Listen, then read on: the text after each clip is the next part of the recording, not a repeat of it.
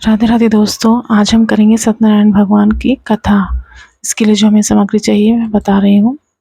केले के 4 खंभे, 5 पल्लव, कलश, पंचरत्न, चावल, कपूर, धूप, पुष्पों की माला, श्रीफल, ऋतुफल, अंग वस्त्र, नैवेद्य, कलावा, आम के पत्ते, यज्ञोपवीत वस्त्र, गुलाब के फूल, गेंदा के फूल, दीप, तुलसी दल, पान, पंचामृत, दूध, दही, शहद, शक्कर, केसर, बंधनवार, चौकी और थोड़ा सा सवाया कसार का प्रसाद। व्रत करने वाले पूर्णिमा संक्रांति के दिन अर्थात सायंकाल के समय स्नान आदि से निवृत्त होकर भगवान सत्यनारायण की पूजा स्थान में आकर आसन बिठाकर श्रद्धापूर्वक से श्री गणेश जी और गौरी आदि, वरुण, विष्णु आदि सब देवताओं का ध्यान करके पूजन करे, संकल्प करे, हे स्वामी सत्यनारायण, मैं इस तरह से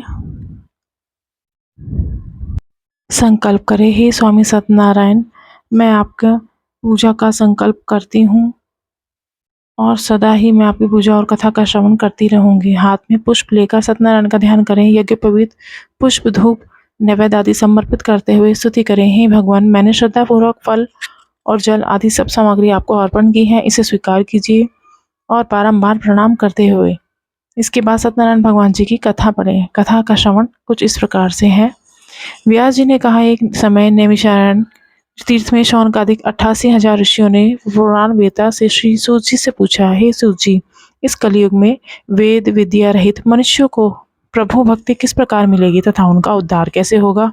हे मुनिश्रेष्ठ, कोई ऐसा व्रत बताइए तथा तब बताइए जिसके करने से थोड़े ही समय में मैं पुण्य प्राप्त हो और मनवांछित फल भी प्राप्त हो। ऐसी कथा सुनने की हमारी प्रबल इच्छा है।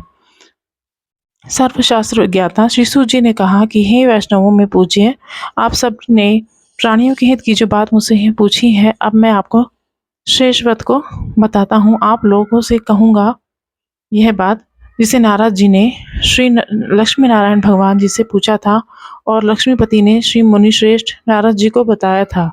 यह कथा ध्यान से सुनिए। मुनिनाथ, सुनो यह कथा। सत्य कथा सब कलही होए महासुखदाई, ताप हरे भव दूर करे, काज सरे सुख की अधिकाई, अति संकट में दुख दूर करे, सब ठोर कठोर कुठोर में हो तु सहाई, प्रभु नाम चरित्र गुणगान, किए बिन कैसे महाकलि पाप नसाई। एक समय योगीराज नारद दूसरों के हित की इच्छा से सभी काल में सभी लोकों में घूमते हुए मृत्यु लोक में आ पहुंचे। यहाँ अनेक योनियों में जन्मे प्राय सभी मनुष्यों को अपने कर्मों के अनुसार अनेक दुखों से पीड़ित होकर देखकर उन्होंने विचार किया कि ऐसा यत्न करें कि इसे निश्चय ही प्राणियों के दुखों का नाश कर सकेगा। उसके मन में ऐसा विचार कर श्री नारद जी विष्णु लोक गए। वहां श्वेत वर्ण और 4 भुजाओं आदि वाले देव के ईश भगवान नारायण को, जिनके हाथों में शंख चक्र गदा पद्म थे तथा वरमाला पहने हुए थे, देखकर स्तुति करने लगे। नारद जी ने कहा, हे भगवान, आप अत्यंत शक्ति से संपन्न हैं। मन तथा बुद्धि वाणी भी आपको नहीं पा सकती हैं। आपका आदि ना ही तो आदि है, न बद्य है, ना ही अंत है। आप निगुण है, निगुण स्वरूप ही सृष्टि के कारण भक्तों को दुखों को नष्ट करने वाले हो। आपको मेरा नमस्कार है। नारद जी इस प्रकार की स्तुति सुनकर भगवान विष्णु बोले, हे मुनिश्रेष्ठ, आपके मन में क्या है? किस काम के लिए आपका यहाँ आगमन हुआ है? निसंकोच कहें। तब नारद मुनि ने कहा, मृत्यु लोक में सब लोग जो मनुष्य जो अनेक योनियों में पैदा हुए हैं, अपने अपने कर्मों के द्वारा अनेक प्रकार के दुखों से दुखी हो रहे हैं। हे नाथ, यदि आप मुझ पर कृपा करें, दया रखते हैं, तो मुझे बताइए कि मनुष्य के सब दुख थोड़े ही प्रयत्न से कैसे दूर हो सकते हैं? भगवान विष्णु ने कहा, हे नारद, मनुष्य की भलाई के लिए तुमने यह बहुत ही अच्छा प्रश्न मुझसे किया है। जिस व्रत के करने से मनुष्य मोह से छूट जाता है, यह व्रत मैं तुमसे कहता हूँ, सुनो। बहुत पुण्य देने वाला है, स्वर्ग तथा मृत्युलोक दोनों में दुर्लभ है। यह उत्तम व्रत है जो आज मैं प्रेम वश होकर तुमसे कहता हूँ। अर्थात श्री सत्यनारायण भगवान का यह व्रत विधान पूर्वक संपन्न करके मनुष्य इस धरती पर सुख भोग कर मरने के बाद मोक्ष को प्राप्त होता है। श्री विष्णु जी के वचन सुनकर नारद जी बोले, हे भगवान, उस व्रत का फल क्या है, क्या विधान है, इससे पूर्व इसको किसने किया, यह व्रत किस दिन किया जाता है, मुझे विस्तार से बतलाइए। भगवान श्री विष्णु ने कहा, हे नारद, दुख शोक आदि को दूर करने वाला यह व्रत स्थानों पर विजयी करने वाला, भक्ति और श्रद्धा के साथ किसी भी दिन मनुष्य सत्यनारायण भगवान की संध्या के समय ब्राह्मणों और बंधुओं के साथ धर्मपरायण होकर पूजा करे, भक्ति भाव से नैवेद्य केले का फल, शहद, घी, शक्कर अर्थात गुड़, दूध और गेहूं का सवाया आटा लेवे। गेहूं के अभाव में साठे का चूर्ण भी ले सकते हैं। इन सबको भक्ति भाव से भगवान को अर्पण करें। बंधु बांधवों सहित भगवान ब्राह्मणों को भोजन कराए। इसके पश्चात स्वयं भी भोजन करे। रात्रि में नाम संकीर्तन का आदि का आयोजन भी श्री सत्यनारायण भगवान का स्मरण करता हुआ समय व्यतीत करे। इस तरह से जो मनुष्य व्रत करेंगे उनका मनोरथ निश्चय ही पूर्ण होगा। श्रीमन्नारायण नारायण हरि हरि, भजबन नारायण नारायण हरि हरि, तेरी लीला सबसे न्यारी न्यारी हरि हरि, श्रीमन्नारायण नारायण हरि हरि। द्वितीय अध्याय। सूत जी ने कहा, हे ऋषियों, जिन्होंने पहले समय में इस व्रत को किया है, इसका इतिहास कहता हूँ, आप ध्यान से सुने। सुंदर काशीपुर नगरी में एक अत्यंत निर्धन ब्राह्मण रहता था। वह ब्राह्मण भूख और प्यास से बेचैन होकर नित्य पृथ्वी पर घूमता। ब्राह्मणों से प्रेम करने वाले श्री विष्णु जी ने ब्राह्मण को देखकर एक दिन बड़े बूढ़े ब्राह्मण का रूप धारण कर निर्धन ब्राह्मण के पास जाकर आदर से पूछा, हे विप्र, तुम नित्य दुखी होकर पृथ्वी पर क्यों घूमते हो? श्रेष्ठ ब्राह्मण, यह सब मुझसे कहो, मैं सुनना चाहता हूँ। दरिद्र ब्राह्मण ने कहा, मैं निर्धन ब्राह्मण हूँ, भिक्षा के लिए पृथ्वी पर फिरता हूँ। तो भिक्षा के लिए मैं पृथ्वी पर फिरता हूँ। हे भगवान, यदि आप इससे छुटकारा पाना चाहते हैं,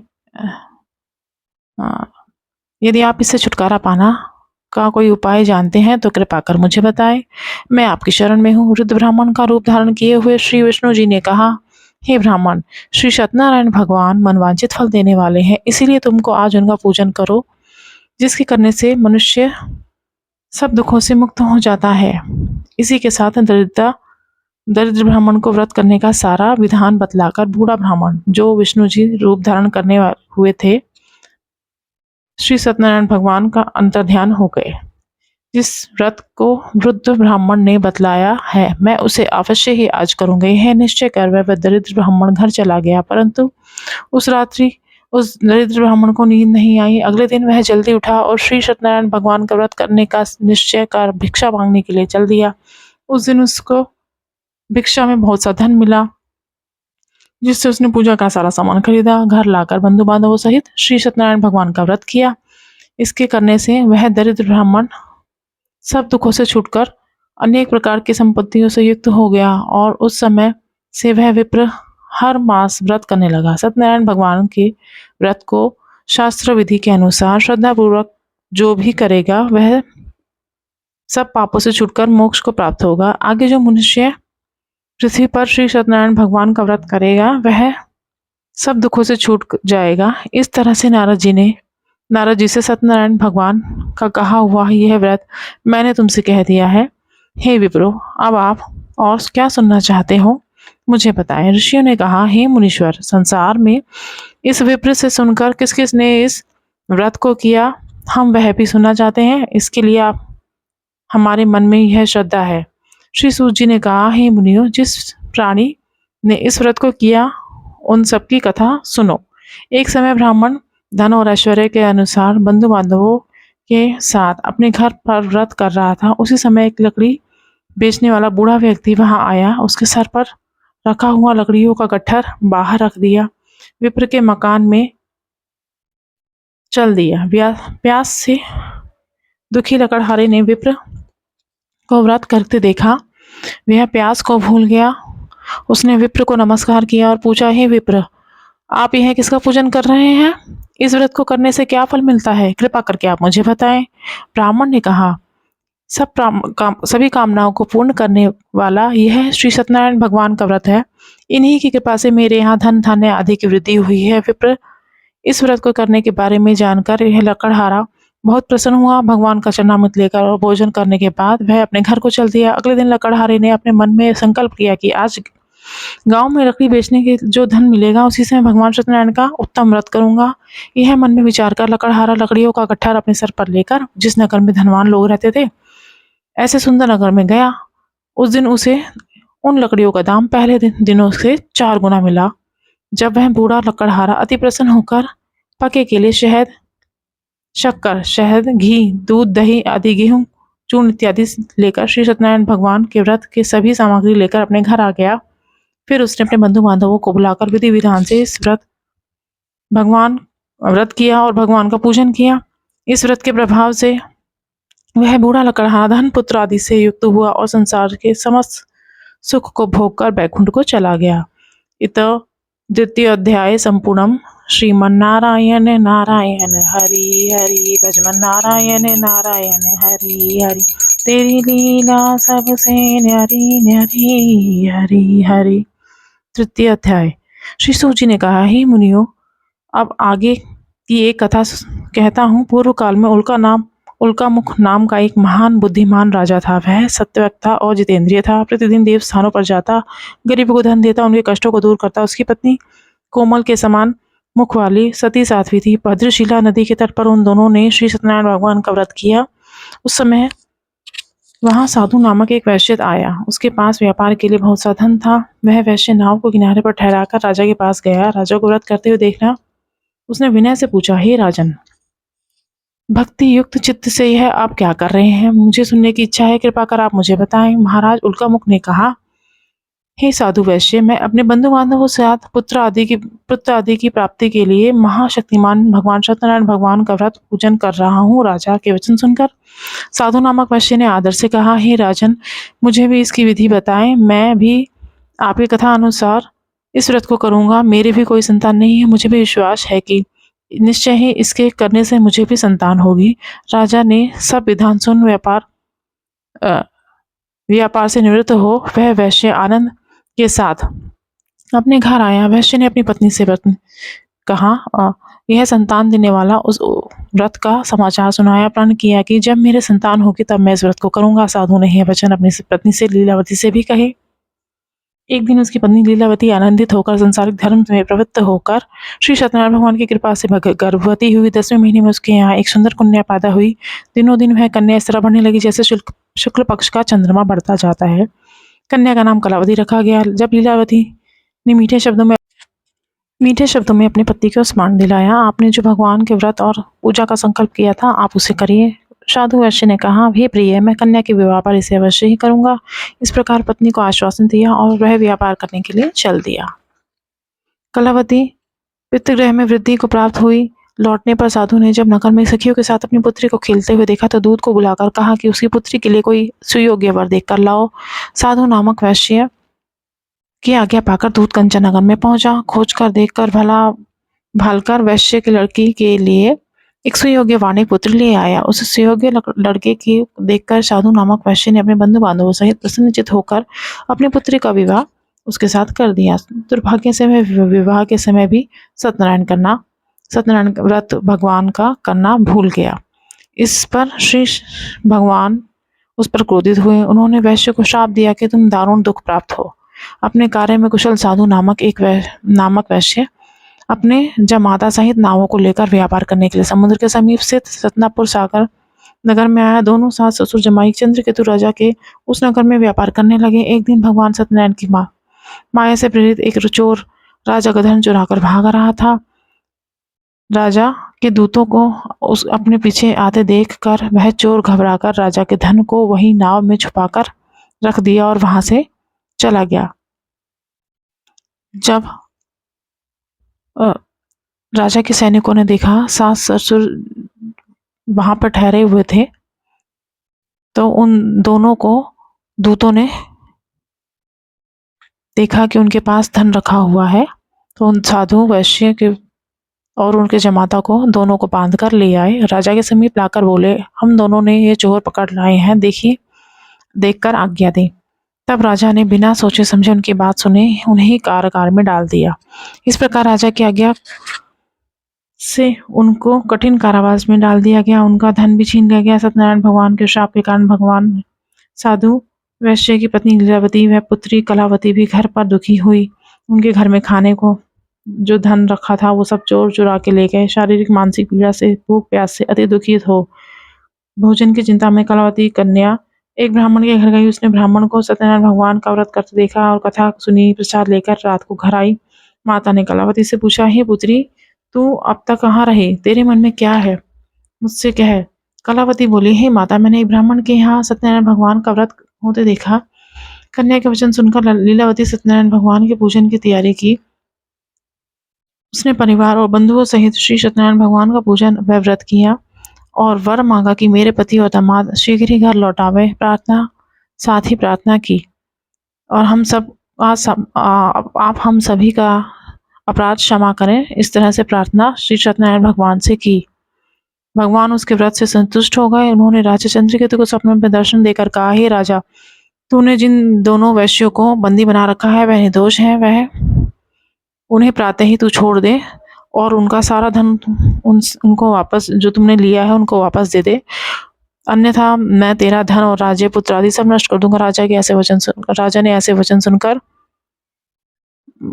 भगवान वहां से चले गए। राजा प्रातःकाल उठा। चंद्रकेतु ने सभी को सभा में बुलाकर अपना स्वप्न सुनाया। सैनिकों को आज्ञा दी कि दोनों वाणी पुत्रों को कैद से मुक्त कर सभा में लाए। दोनों को आते ही राजा ने प्रणाम किया। भगवान राजा ने कोमल वचनों से कहा, मैं महानुभावों, तुम्हें भावी वश ऐसा कठिन दुख प्राप्त हुआ है, अब तुम्हें कोई भय नहीं है। तुम अब मुक्त हो।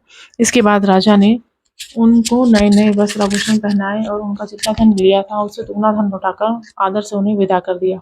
दोनों वैश्य अपने घर को चल दिए। इति तृतीयोऽध्याय सम्पूर्णम्। श्रीमन्नारायण नारायण हरि हरि, भजमन्नारायण नारायण हरि हरि, तेरी लीला सबसे न्यारी न्यारी हरि हरि। श्री सूजी ने आगे कहा, वैश्य ने मंगलाचार करके यात्रा आरंभ की और अपने नगर को चला। थोड़ी दूर आगे बढ़ने पर उसने दंडी वेशधारी श्री सत्यनारायण भगवान ने उनसे पूछा, हे साधु, तेरी नाव में क्या है? अभिमानी वाणिक हंसता हुआ बोला, हे दंडी, आप क्यों पूछते हैं?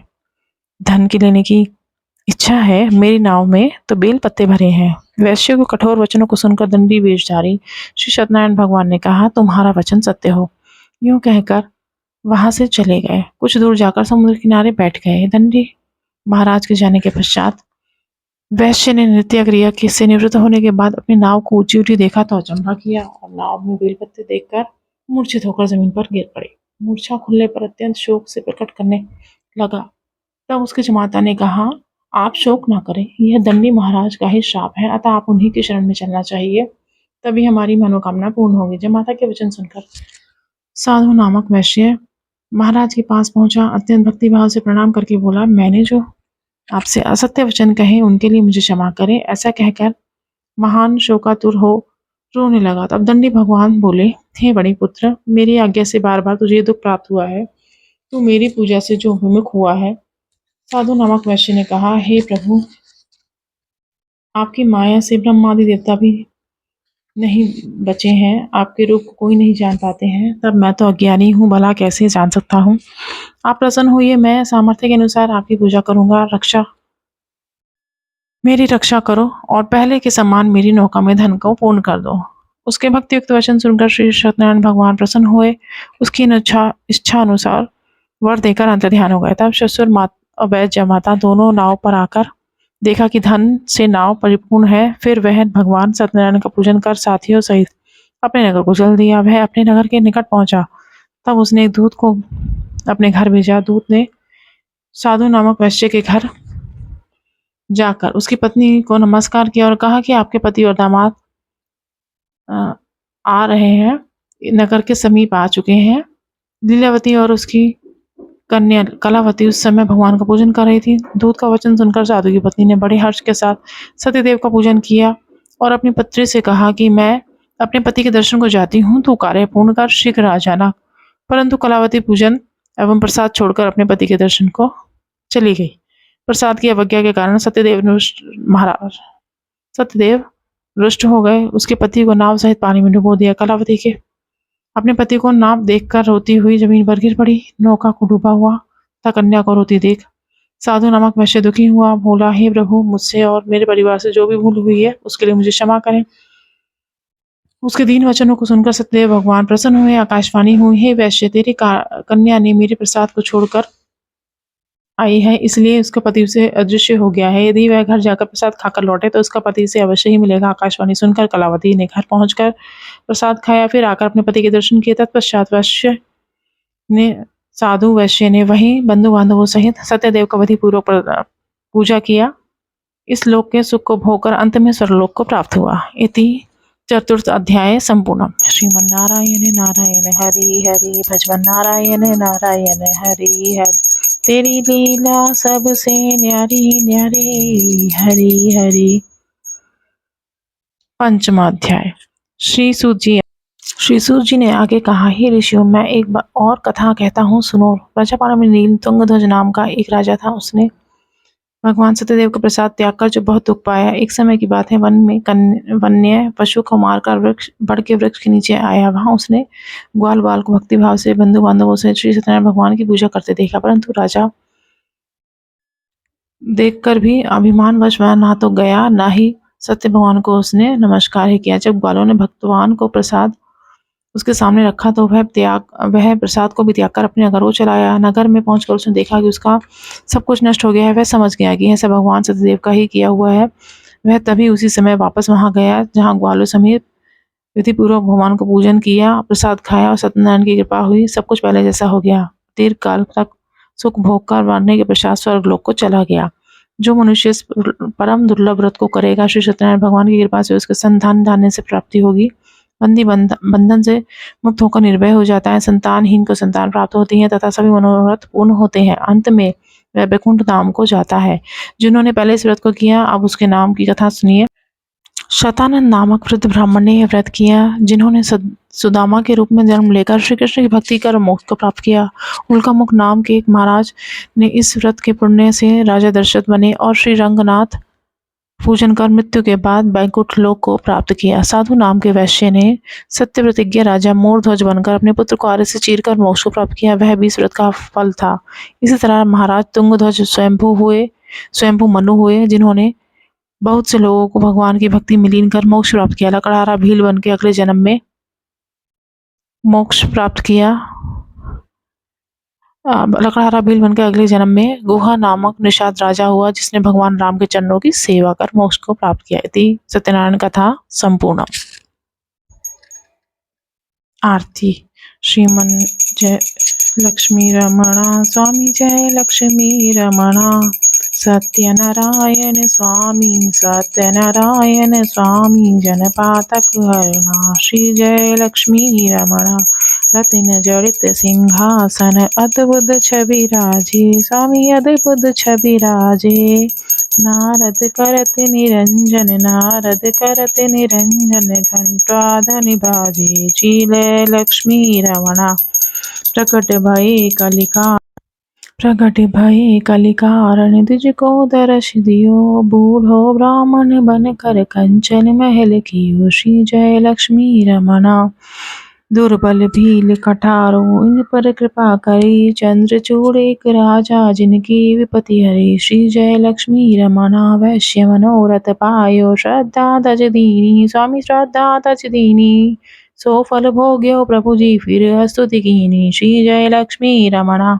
भाव भक्ति के कारण, छिन छिन रूप धर्यो। स्वामी छिन छिन रूप धर्यो, श्रद्धा धारण कीनी। दीन के काज सरयो। श्री जय लक्ष्मी रमणा। ग्वाल बाल संग राजा, वन में भक्ति करी। मन वांछित फल दीनो, दीन दयाल हरि। श्री जय लक्ष्मी रमणा। चढ़त प्रसाद सवायो, कदली फल मेवा। स्वामी कदली फल मेवा, धूप दीप तुलसी से श्री राजी सत्य देवा। जय लक्ष्मी रमणा। श्री सत्यनारायण जी की आदि जो कोई नर गावे, कह शिवानंद स्वामी मनवांचित फल पावे। जय लक्ष्मी रमणा। बोलिए श्री सत्यनारायण भगवान की जय।